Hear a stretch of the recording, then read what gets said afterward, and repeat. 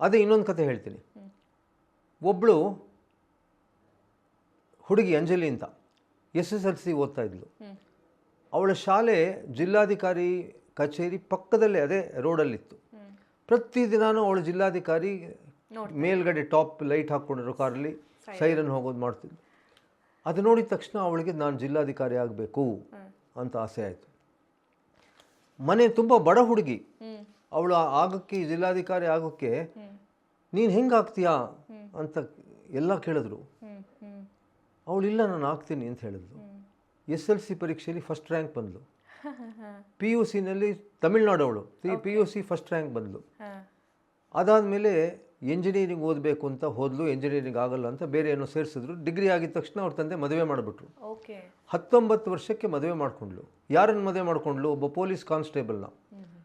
Police constable ಜೊತೆ ನಾನು ಹೇಗೆ ಹೋಗಿದ್ನೋ ಅದೇ ಥರನೇ ಅವಳು ಆ ಕಾನ್ಸ್ಟೇಬಲ್ ಜೊತೆ ಪೆರೇಡ್ಗಳಿಗೆ ಹೋಗಿದ್ಲು. ಪ್ರತಿ ಶುಕ್ರವಾರ ಪೆರೇಡ್ ನಡೆಯುತ್ತೆ.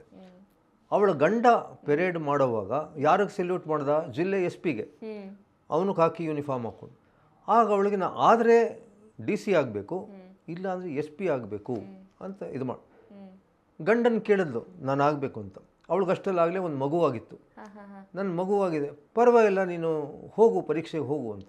ಫಸ್ಟ್ ಟೈಮ್ ಅಟೆಂಪ್ಟ್ ಆದ್ಲು, ಫೇಲ್ ಆದ್ಲು. ಸೆಕೆಂಡ್ ಟೈಮ್ ಮಾಡಿದ್ಲು, ಫೇಲ್ ಆದ್ಲು. ಥರ್ಡ್ ಟೈಮ್ ಮಾಡಿದ್ಲು. ತಮಿಳ್ನಾಡವರು ನಿನಗೊಂದು ಕೋಚಿಂಗ್ ಕೊಡ್ತೀವಿ ಅಂತ ಫ್ರೀ ಕೋಚಿಂಗ್ ಕೊಟ್ಟರು. ಈಗ ನಮ್ಮಲ್ಲಿ OBC SC ST ಮೈನಾರಿಟೀಸ್ ಇವರಿಗೆಲ್ಲ ಸರ್ಕಾರ ಫ್ರೀ ಕೋಚಿಂಗ್ ಕೊಡುತ್ತೆ. ಒಂದು ಪೈಸಾನು ಖರ್ಚು ಮಾಡೋದು ಬೇಡ.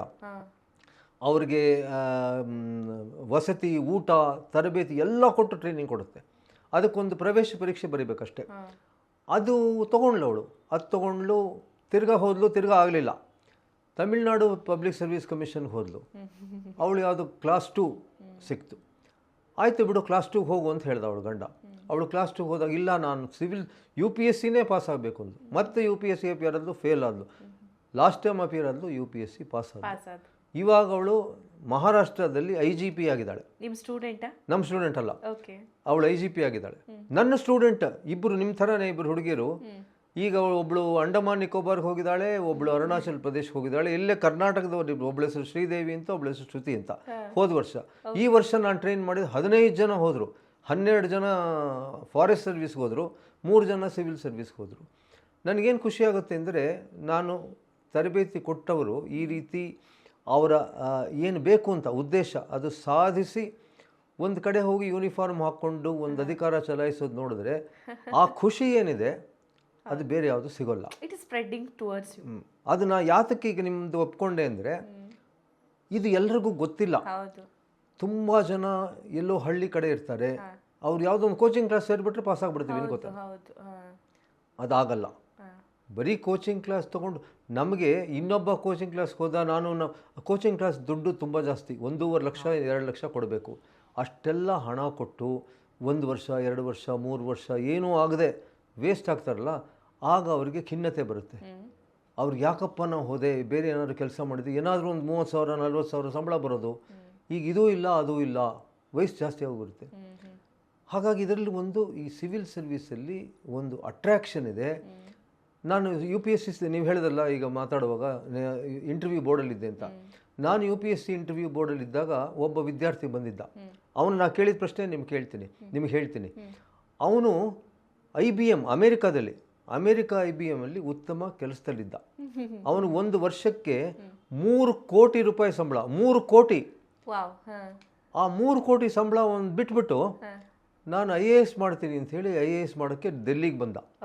ಎಂಥ ಒಳ್ಳೆ ಮನೆ, ಕಾರು ಗೀರು ಎಲ್ಲ ಇತ್ತು, ಎಲ್ಲ ಬಿಟ್ಟು ಡೆಲ್ಲಿಗೆ ಬಂದ. ಡೆಲ್ಲಿಗೆ ಬಂದ ತಕ್ಷಣ ಅವನು ಪರೀಕ್ಷೆಗೆ ತಯಾರಿ ಮಾಡ್ದ. ಫಸ್ಟ್ ಟೈಮ್ ಫೇಲ್ ಆದ, ಸೆಕೆಂಡ್ ಟೈಮ್ ಫೇಲ್ ಆದ, ಥರ್ಡ್ ಟೈಮ್ ಟ್ರೈ ಮಾಡ್ದ, ಥರ್ಡ್ ಟೈಮ್ ಪಾಸ್ ಆಗಿ ನಾನು ಅವನು ಕೇಳಿದೆ ಇಂಟರ್ವ್ಯೂನಲ್ಲಿ, ಅಲ್ಲ ಕಣಯ್ಯ ನೀನು 3 ಕೋಟಿ ರೂಪಾಯಿದು ಸಂಬಳ ಇಟ್ಕೊಂಡಿದೀಯಾ, ಅದೆಲ್ಲ ಬಿಟ್ಬಿಟ್ಟು ಇಲ್ಲಿ ಅಮೇರಿಕಲ್ಲಿ ಇರ್ತೀವಿ. ನಮ್ಮ ಎಲ್ಲ ಇಂಡಿಯನ್ಸು ನಾವು ಅಮೇರಿಕಾಗೆ ಹೋಗ್ತೀನಿ ಅಂತೆಲ್ಲ ಭಾಳ ಕನಸು ಕಾಣ್ತಾರೆ. ನೀನು ಅಲ್ಲೇ ಇದೆಯಾ, ಎಲ್ಲ ವೈಭೋಗ ಇದೆ ನಿನಗೆ, ಅದು ಬಿಟ್ಟು ಇಲ್ಲಿ ಯಾವುದೋ ಒಂದು ಹಳ್ಳೀಲಿ ಯಾವುದೋ ಒಂದು ಮೂಲೆಯಲ್ಲಿ ಅರುಣಾಚಲ್ ಪ್ರದೇಶ, ನಾಗಾಲ್ಯಾಂಡು ಅಂಥ ಜಾಗದೆಲ್ಲ ಹೋಗಿ ಬರ್ತೀಯಾ ಅಂತ ಕೇಳಿದೆ. ಇಲ್ಲ ಸರ್, ಇಲ್ಲಿ ನನಗೆ ತೃಪ್ತಿ ಸಿಗುತ್ತೆ, ನನಗೆ ಇದರಲ್ಲಿ ತೃಪ್ತಿ ಸಿಗಲಿಲ್ಲ. ಸಂಬಳ ಬಂತು, ಅಮೇರಿಕಲ್ಲಿದ್ದೆ, ಎಲ್ಲ ಇದ್ದೆ, ಜನಕ್ಕೆ ಏನಾದರೂ ಮಾಡದೆ ಅನ್ನೋ ತೃಪ್ತಿ ಇರಲಿಲ್ಲ. ಈ ಒಂದು ಸಿವಿಲ್ ಸರ್ವಿಸ್ ಒಂದರಲ್ಲೇ ನೀವು ಕಣ್ಣೀರು ಒರೆಸ್ತೀರ. ತುಂಬ ಜನ ತೊಂದರೆ ನಿಮ್ಮ ಹತ್ರ ಬರ್ತಾರೆ.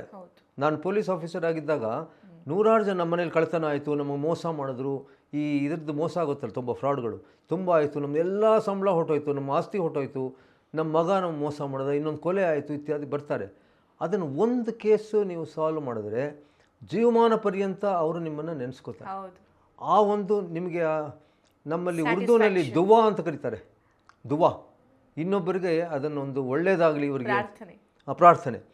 ಆ ಪ್ರಾರ್ಥನೆ ಮಾಡ್ತಾರಲ್ಲ ಅದು ಸ್ಯಾಟಿಸ್ಫ್ಯಾಕ್ಷನ್, ದುಡ್ಡಿರೋ ಸ್ಯಾಟಿಸ್ಫ್ಯಾಕ್ಷನ್ ಅಲ್ಲ.